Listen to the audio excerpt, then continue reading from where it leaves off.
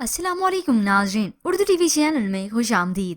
Viewers, drama serial بنو کے next episode میں آپ دیکھیں گے ایک طرف تو ثانی اب پھر سے بدگمان ہو گئی ہے بینا سے، وہ اپنے بچے کو ہاتھ تک لگانے نہیں دیتی اور نہ ہی اب اسے اپنی نظروں کے سامنے آنے کی اجازت دیتی ہے، اور وہاں رمشا کو کوئی لگام نہیں ڈال سکا۔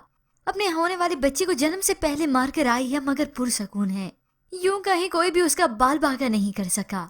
مدت بیگم کی ذاکر سے بات ہوئی تو وہ سمجھ گئی کہ ساری تمہاری چال ہے، ورنہ اتنی بری نہیں ہے کہ اپنے ہاتھوں سے اپنا گھر برباد کر دے۔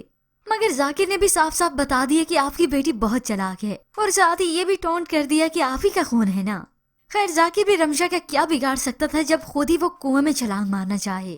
جبکہ ویورز، دوسری جانب آپ دیکھیں گے ثانی کی والدہ جو کہ بیمار پڑی ہیں، مگر نہ تو ان کی سوچ بدلی ہے اور نہ ہی عادات۔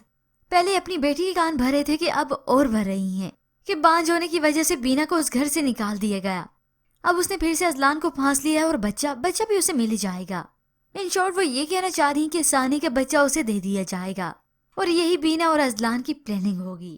خیر، ویسے تو ثانی اپنا گھر برباد نہ کرتی، مگر اب جو کچھ کر رہی ہے نا، اپنے ہی ہاتھوں سے اپنا گھر برباد کر رہی ہے، تو ازلان بھی اس کا یہ رویہ آخر کب تک برداشت کرے گا؟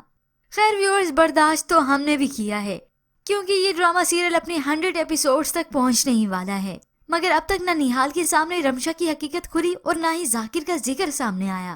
ہوپ سو اس کا بہت جلدی اینڈ کر ہی دیں، مگر کوئی آثار نہیں لگ رہے۔